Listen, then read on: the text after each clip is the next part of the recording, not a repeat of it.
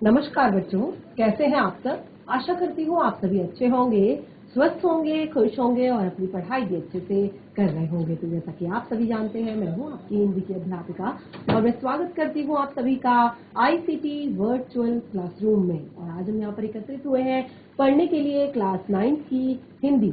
Class 9 की हिंदी में आज हम यहाँ पर पढ़ रहे हैं समास, जो कि आप देख रहे हैं हमारे हिंदी व्याकरण का टॉपिक है। और अपने समास के टॉपिक में अभी तक हम काफी सारी जो चीजें हैं वो पढ़ चुके हैं। यानी कि हमने यहाँ पर समास क्या होता है, समास विग्रह क्या होता है, समस्त पद क्या होता है, पूर्व पद और उत्तर पद क्या होता है और समास के कितने भेद होते हैं वो हमने यहाँ पर पढ़ा। तो देखिए, मैंने समास के आप लोगों को 6 भेद बताए थे।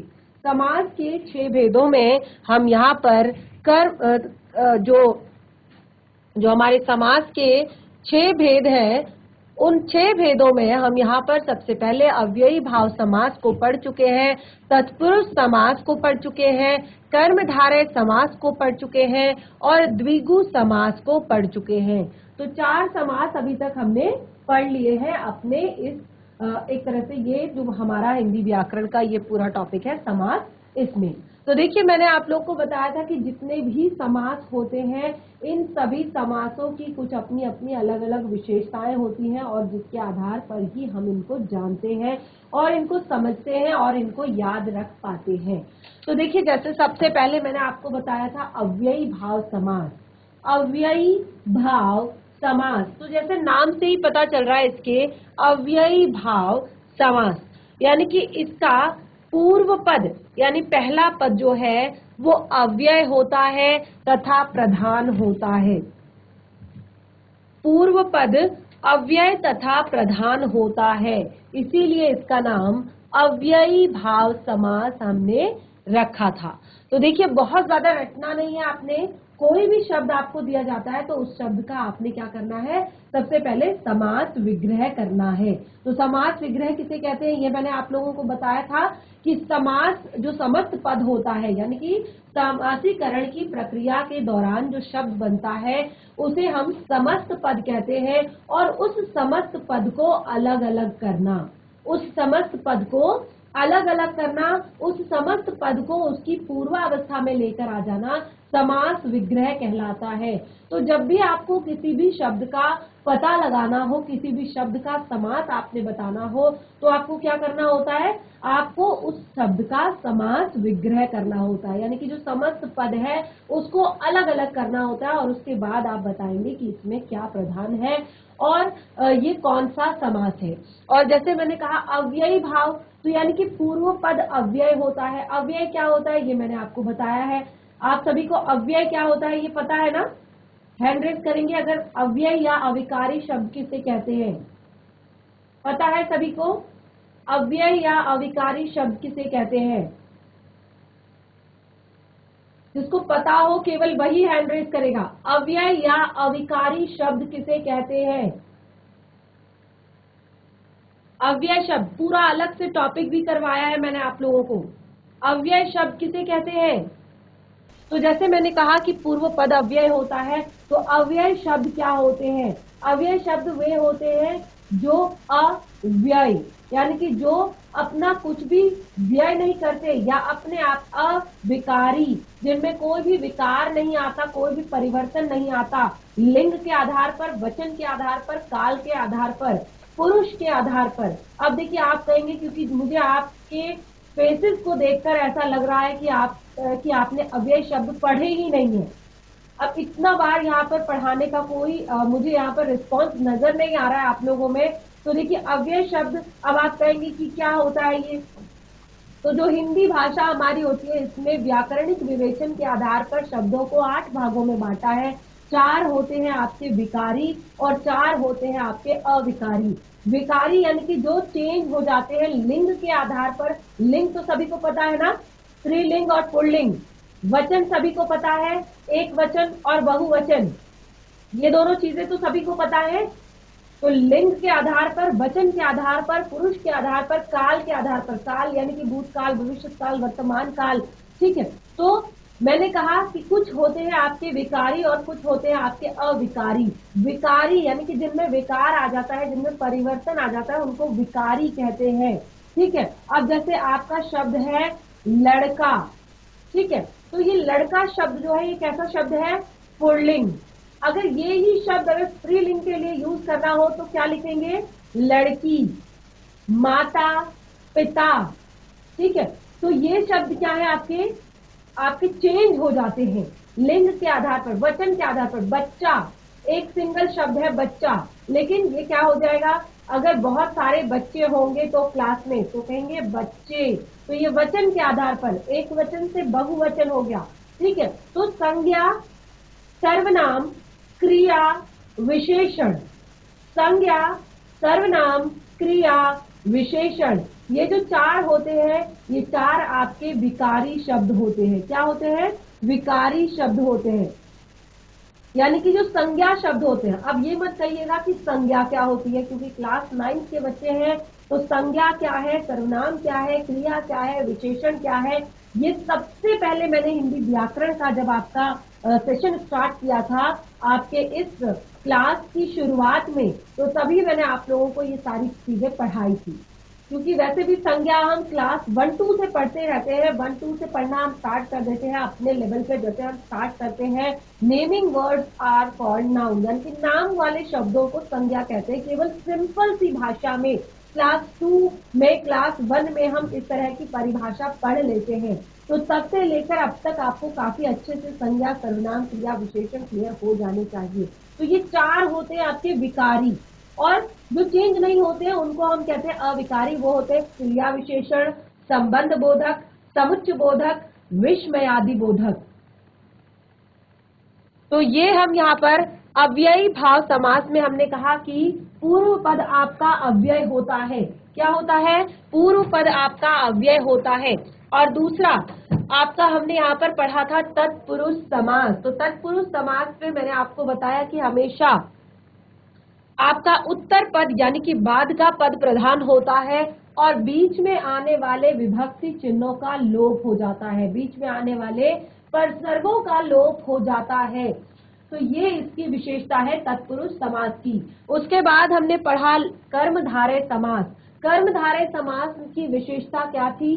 कर्मधारय समास की विशेषता ये थी कि जो कर्मधारय समास होता है, देखिए तत्पुरुष समास को हमने यहाँ पर 6 भागों में बांटा था, और वो भी हमने कहा जो परसर्गों का लोप हो जाता है यानी कि विभक्तियों का लोप हो जाता है उनके आधार पर। फिर हमने कर्मधारय समास में कहा कि उत्तर पद प्रधान होता है। उत्तर पद यानी कि बाद का पद प्रधान होता है, उत्तर पद प्रधान होता है, और इसमें एक शब्द आपका विशेषण और एक शब्द आपका विशेष्य होता है। क्या होता है? इन दोनों शब्दों में यानी कि पूर्व पद और उत्तर पद में विशेषण और विशेष्य का संबंध होता है। ये मैंने आपको बताया था कर्मधारय समास में। तो देखिए अगर आप घर पर रिवाइज कर रहे होंगे तो आपको याद होगा, अगर नहीं कर रहे होंगे तो फिर यहाँ पर आप इसको याद नहीं कर सकते। अगला है द्विगु समास। द्विगु समास हमने यहाँ पर पढ़ा था, इसकी भी अपनी अलग एक विशेषता थी। इसमें हमने यहाँ पर बताया था कि इसका पूर्व पद, द्विगु समास का पूर्व पद संख्यावाचक विशेषण होता है। द्विगु समास का पूर्व पद संख्यावाचक विशेषण होता है। लास्ट जो हमने पढ़ा था अपने सेशन में वो हमने यही पढ़ा था, द्विगु समास। तो द्विगु समास में मैंने कहा जिस समस्त पद का पूर्व पद संख्यावाचक होता है, समस्त पद यानी कि समासीकरण की प्रक्रिया के दौरान बना जो ये नया शब्द है, इसका पूर्व पद हमेशा संख्यावाचक विशेषण होता है, उसे हमने द्विगु समास कहा। तो द्विगु समास आप देख सकते हैं ये समाहार या समूह का भी बोध कराते हैं, समाहार या समूह का बोध कराते हैं। अब आप देख सकते हैं नवरात्र, नवरात्रियों का समूह, चौराहा, 4 राहों का समूह, सप्ताह, 7 दिनों का समूह, पंचवटी, 5 वटों का समूह। तो ये हमने यहाँ पर लास्ट सेशन में पढ़ा था, और इसी से जुड़े हुए मैंने यहाँ पर आप लोगों को होमवर्क दिया था। ये कि आप इसे कर कर लाएंगे, क्योंकि जितना ज्यादा प्रैक्टिस करेंगे उतना अच्छे से आप समास को सीख पाएंगे, समास को पढ़ पाएंगे। तो देखिए यहाँ पर मैंने होमवर्क में दिया था त्रिभुवन। त्रि का अर्थ होता है तीन, भुवन अर्थात महल कह सकते हैं, त्रिभुवनों का समूह। दो पहर अर्थात दो पहरों का समाहार। त्रिशूल तीन शूलों का समूह। तिरंगा तीन रंगों का समूह। अष्टाध्याय आठ अध्यायों का समूह या समाहार। त्रिफला तीन फलों का समूह।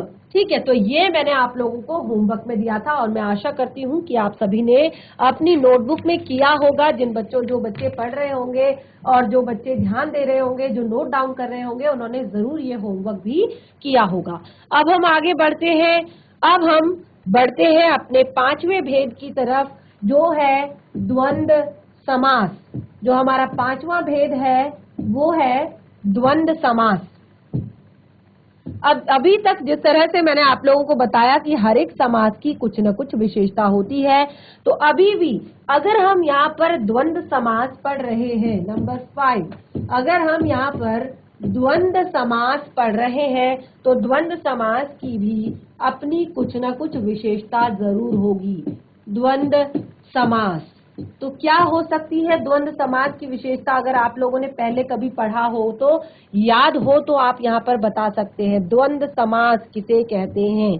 देखिए द्वंद्व समास क्या होता है, इसमें पूर्व पद और उत्तर पद दोनों ही प्रधान होते हैं, यानी कि दोनों की प्रमुखता होती है इस समास में। तो इसको पहले लिख लेते हैं एग्जाम्पल से, फिर हम यहाँ पर समझेंगे। जिस समस्त पद के, नोट कीजिए, जिस समस्त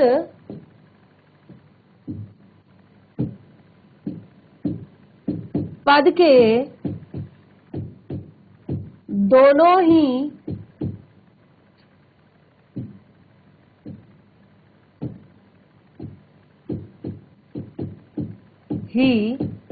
पद, यानी कि पूर्व पद और उत्तर पद।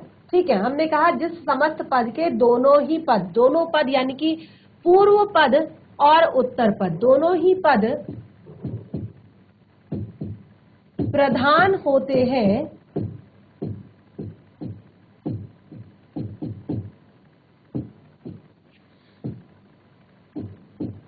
उसे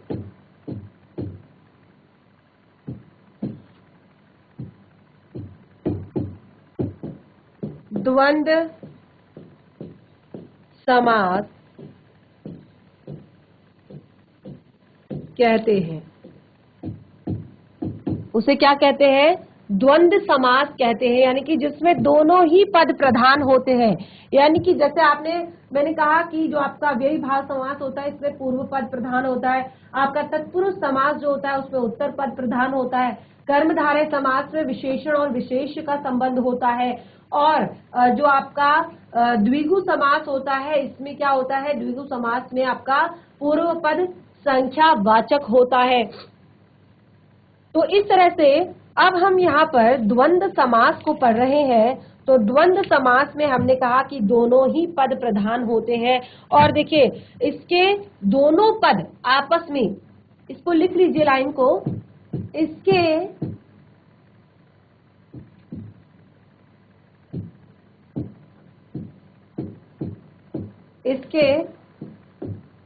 दोनों पद, इसके दोनों पद योजक चिन्हों, इसके दोनों पद योजक चिन्हों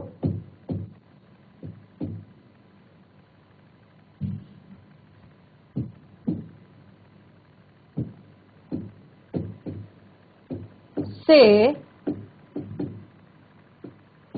जुड़े होते हैं। इसके दोनों पद क्या होते हैं? आपस में योजक चिन्ह से जुड़े रहते हैं। अब देखिए उदाहरण के लिए एग्जाम्पल देखिए, हमने क्या कहा, दोनों पद प्रधान होते हैं, यानी कि ऐसा नहीं है कि एक ही पद प्रधान होता है, दोनों ही पद यहाँ पर प्रधान होते हैं। ठीक है, तो एग्जाम्पल देखिए, यह है समस्त पद, यह है समास विग्रह, समस्त पद और समास विग्रह। तो समस्त पद है आपका पाप पुण्य,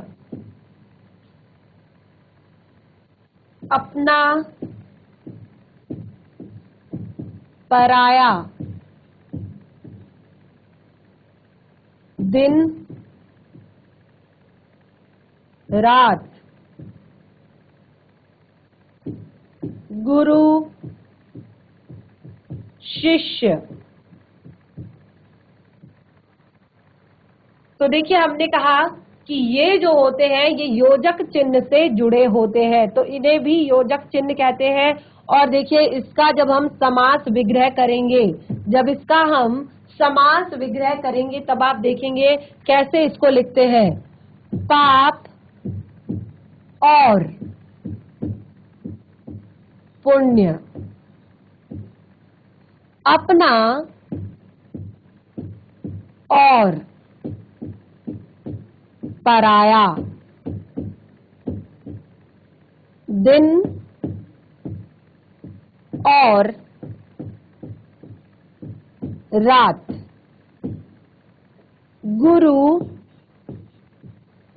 और शिष्य। तो ये है हमारा द्वंद्व समास। तो द्वंद्व समास में हमने क्या बताया, जिस समस्त पद के दोनों ही पद प्रधान होते हैं, यानी कि दोनों पद प्रधान होते हैं और दोनों पद आपस में योजक चिन्हों से जुड़े रहते हैं। तो योजक चिन्ह देखिए, इसको भी हमने योजक चिन्ह कहा, और जो ये और है ये भी आपका योजक चिन्ह ही है। ठीक है, तो अब यहाँ पर देखिए, पाप पुण्य, पाप पुण्य दो ये समस्त पद है। ठीक है, ये क्या है, समस्त पद है, यानी कि ये समासीकरण की प्रक्रिया के दौरान बना शब्द है। जैसे पाप पुण्य, तो इसका समास विग्रह करके देखेंगे तो ये होगा पाप और पुण्य। अपना पराया, इसका हम समास विग्रह करेंगे तो अपना और पराया। दिन रात, इसका हम समास विग्रह करेंगे तो दिन और रात।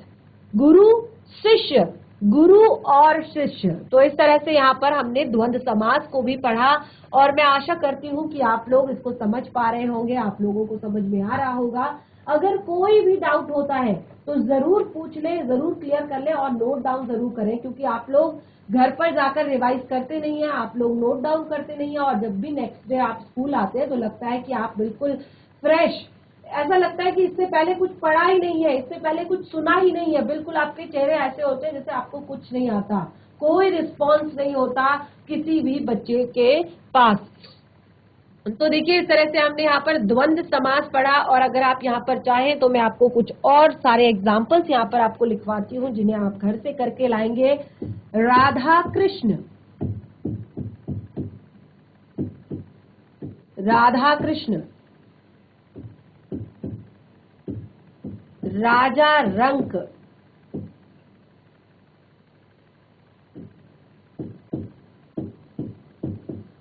माता पिता,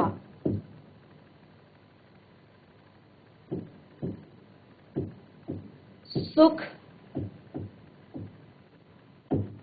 दुख, आदान प्रदान, भाई या बहन भाई। ठीक है, तो इस तरह से आप इन सभी के क्या करेंगे, समास विग्रह करेंगे, इन सभी का समास विग्रह आप करेंगे। राधा कृष्ण, राजा रंक, माता पिता, सुख दुख, आदान प्रदान, भाई बहन। ठीक है, तो इन सब का समास विग्रह आप करेंगे। तो ये था आपका द्विगु द्वंद्व समास। तो द्वंद्व समास हमारा यहाँ पर क्लियर हुआ। अब हम बढ़ेंगे आगे और अपने लास्ट छठे भेद की तरफ, जो हमारा बहुत ही ज्यादा महत्वपूर्ण भेद है, तो उसको हम पढ़ेंगे। वो है आपका बहुव्रीहि समास। बहुव्रीहि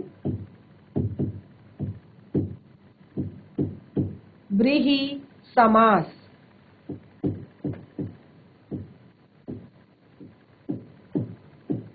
अब देखिए, जिस तरह से मैंने अभी तक आपको ये पिछले 5 समास पढ़ाए हैं, और आपने देखा कि सभी समासों की जो यहाँ पर अपनी अपनी अलग अलग विशेषता है, यानी कि सारे समास जो है अलग अलग तरह से जाने जाते हैं, अलग अलग तरह से समझे जाते हैं, अलग अलग तरह से पढ़े जाते हैं।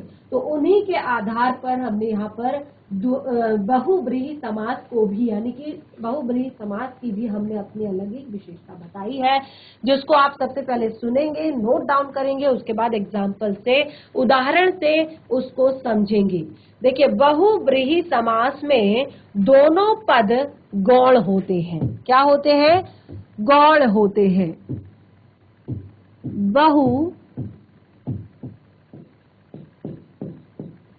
बहुव्रीहि समास में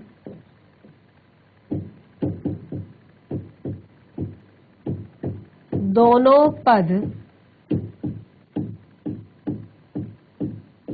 गौण होते हैं। दोनों पद मिलकर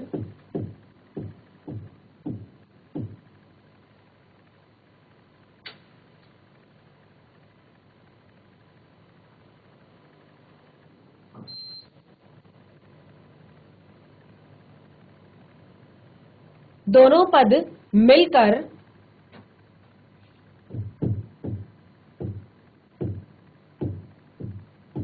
किसी, देखिए, बहुव्रीहि समास में दोनों पद गौण होते हैं और दोनों पद मिलकर किसी तीसरे अर्थ को प्रकट करते हैं।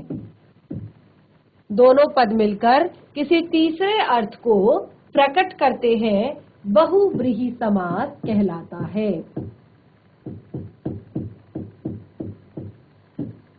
समास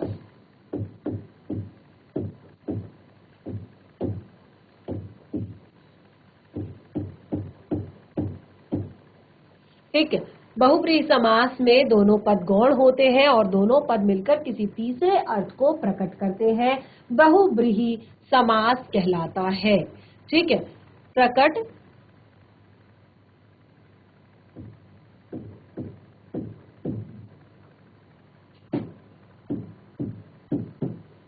तो ये था बहुव्रीहि समास। अब इसके एग्जाम्पल देखिए, उदाहरण देखिए, उदाहरण से इसको समझिए कि किस तरह से ये दोनों पद जो है किसी तीसरे का अर्थ प्रकट करते हैं। तो ये है हमारा समस्त पद, और फिर हम देखिए हम कैसे पता लगाएंगे, वो सबसे मेन बात है कि वो है समास विग्रह। तो जब भी आपको कोई भी शब्द दिया जाता है तो आपका समास बताने के लिए तो उसको आपको हमेशा पहले समास विग्रह करना होगा। ठीक है, सबसे पहले आप समास विग्रह करके देखेंगे। तो इसीलिए आपको मैं हर एक एग्जाम्पल में पहले समास विग्रह करा रही हूँ और उसके बाद फिर आपको यहाँ पर एग्जाम्पल एक तरह से दे रही हूँ। तो देखिए, बहुव्रीहि समास के दोनों पद गौण होते हैं और दोनों मिलकर किसी तीसरे अर्थ को प्रकट करते हैं। एग्जाम्पल है पीतांबर। ठीक है, नील कंठ,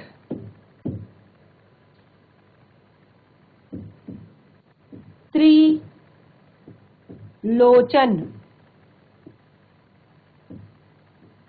और अब देखिए, अभी आपको एक डाउट यहाँ पर आएगा, जो आप यहाँ पर एक डाउट जो देखेंगे, उसके बाद मैं आपको एक चीज यहाँ पर क्लियर करूंगी। दशानन,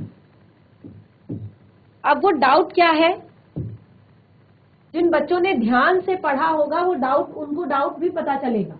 देखिए, डाउट भी उन्हीं बच्चों को आता है, यानी कि प्रश्न भी वही बच्चे करते हैं जो पढ़ते हैं। जो समझते हैं। अब जिसने अभी तक समाज को बहुत अच्छे से पढ़ा है वो यहाँ पर उसको एक डाउट हो सकता है, एक काफी मेजर डाउट है, यानी कि आगे जाकर आप कंफ्यूज हो सकते हैं, बहुत ज्यादा कंफ्यूजन आपके लिए हो सकता है। तो आप जिस बच्चे ने पढ़ा है, केवल जिसने पढ़ा है केवल वही यहाँ पर बता सकता है कि यहाँ पर उसे डाउट क्या है, यानी कि क्या ऐसा है यहाँ पर कि जो ऐसा लग रहा है कि ये तो पहले भी पढ़ा हुआ है। तो क्यों, क्या चीज है? अब जैसे मैंने कहा त्रिलोचन, तो त्रिलोचन यानी कि 3 लोचन। तो अभी अभी मैंने ये चीज तो आपको द्विगु समास में भी करवाई थी, यानी कि जिसका पहला पद संख्यावाचक विशेषण होता है, ठीक है। तो यहाँ पे दशानन, दश है आनन जिसके, आनन अर्थात सर, पहला पद संख्यावाचक। तो फिर से यहाँ पर कंफ्यूजन हो रहा है कि ये तो हमने अभी द्विगु समास में पढ़ा था। तो अभी इस कंफ्यूजन को आप थोड़ा सा रखिए साइड, पहले हम इसको यहाँ पर क्लियर करते हैं, उसके बाद मैं आपको बहुत अच्छे से द्विगु समास और बहुव्रीहि समास में डिफरेंस भी यहाँ पर बहुत अच्छे से बताऊंगी।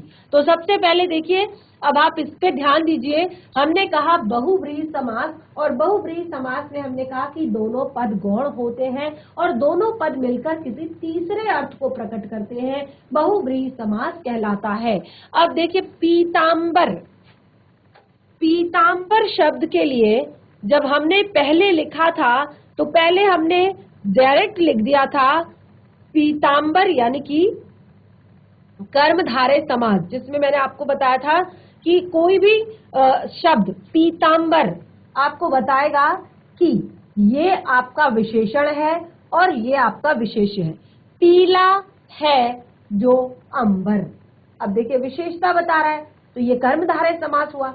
लेकिन ये सारे आपके डाउट क्लियर होंगे अब, लेकिन यहां पर क्या है पहले उसको समझ लीजिए। पीतांबर, पीले हैं, पीले हैं अंबर अर्थात वस्त्र, पीले वस्त्र कौन धारण करता है? अब देखिए हमने कहा कि दोनों पद गौण होते हैं और ये मिलकर किसी तीसरे अर्थ को प्रकट करते हैं, यानी कि अब यहाँ पर इन दोनों का कोई लेना देना नहीं है, इन दोनों से कुछ लेना देना नहीं है, ये दोनों मिलकर किसी तीसरे ही अर्थ को प्रकट कर रहे हैं। ये पूर्व पद और ये उत्तर पद मिलकर किसी तीसरे अर्थ को प्रकट कर रहे हैं। वो तीसरा वस्त्र क्या है? पीले हैं अंबर अर्थात वस्त्र जिसके, कौन पहनता है पीत वस्त्रों को? पीले वस्त्र धारण कौन करता है? श्री कृष्ण। तो ये आप देख सकते हैं बिल्कुल तीसरा ही अर्थ यहाँ पर प्रकट हो रहा है, बिल्कुल अलग अर्थ यहाँ पर आ रहा है। पीले हैं अंबर जिनके, जिसके, तो वो है पीतांबर यानी कि श्री कृष्ण। नीलकंठ, नीलकंठ आपने सुना भी होगा, किसी को कहा जाता है नीलकंठ। नीला है कंठ जिसका, कंठ का अर्थ आपको पता है गला, नीला है कंठ जिसका, किसका है नीला कंठ? नीलकंठ किसे कहा जाता है? नीलकंठ कहा जाता है भगवान शिव को। नीला है कंठ जिसका, तो वो है नीलकंठ। तो यहाँ देख सकते हैं आप कि इन दोनों का आपस में कोई लेन देन नहीं, लेकिन ये किसी तीसरे ही अर्थ को प्रकट कर रहे हैं। पीले है अंबर यानी कि वस्त्र जिनके, वो श्री कृष्ण है। नीला है कंठ जिसका, वो शिव है। और त्रिलोचन, त्रिलोचन 3 है, 3 लोचन। लोचन का क्या अर्थ होता है? किसका पर्यायवाची शब्द है लोचन? लोचन किसका पर्यायवाची शब्द है? क्लास 9 के बच्चे हैं आप, व्यवहारिक व्याकरण से संबंधित एक टॉपिक जो मैंने आपको पढ़ाया था काफी लेंथी था, और व्याकरण के सबसे जो इजी से इजी जो उसमें टॉपिक थे वो भी थे, और टफ से टफ टॉपिक भी उसमें थे। तो पर्यायवाची शब्द यानी कि पर्याय का अर्थ होता है एक जैसे अर्थ, यानी कि जो बिल्कुल एक जैसे अर्थ प्रकट करता हो लेकिन यूज करने के लिए, यानी कि उनका जब हम प्रयोग करते हैं तो वो अलग अलग तरह से होता है। तीन लोचन, नेत्र, नयन, चक्षु, लोचन, ये किसके पर्यायवाची है? आंख के। ये सब किसके पर्यायवाची है? आंख के। तीन है लोचन अर्थात नेत्र जिसके। कौन है वो जो त्रिलोचन है? त्रिलोचन किसे कहा जाता है? शिव को कहा जाता है। कहते हैं ना कि भगवान शिव की अगर तीसरी आंख खुल गई तो फिर तो तबाही मच जाएगी, ठीक है ना। तो भगवान शिव ही है त्रिलोचन, ठीक है। दशानन, दशानन अर्थात 10 है आनन, 10 है आनन। आनन का अर्थ होता है सिर। 10 है आनन जिसके, आनन यानी कि सर। तो कौन है इस संसार में दशानन के नाम से प्रसिद्ध, जिसके 10 सर थे? कौन है? रावण। दशानन के नाम से कौन प्रसिद्ध है? रावण। तो यहाँ पर आप देख रहे हैं जो बहुव्रीहि समास है, बहुव्रीहि समास में आपका जो दोनों पद है 10 आनन, तो ये बिल्कुल तीसरा अर्थ रावण को बता रहा है। त्रिलोचन बिल्कुल तीसरा अर्थ शिव के बारे में कह रहा है। पीतांबर बिल्कुल तीसरा अर्थ कृष्ण के बारे में कह रहा है। इसी तरह से बहुत सारे यहाँ पर और भी एग्जाम्पल है, वो मैं यहाँ पर लिखती हूँ और आप उनको खुद से करेंगे। महावीर, महावीर किसे कहा जाता है? महावीर लिखेंगे आप यहाँ पर। चक्रधर, चक्रधर कौन है? चक्रधर चक्र को धारण करने वाले। कौन है चक्र को धारण करने वाले? विषधर, विष को धारण करने वाला। कौन है विष को धारण करने वाला? श्वेतांबर, श्वेतांबर।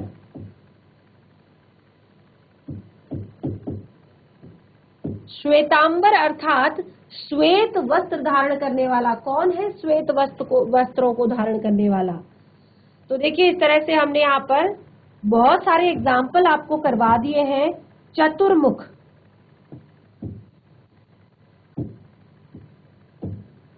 चतुर्मुख।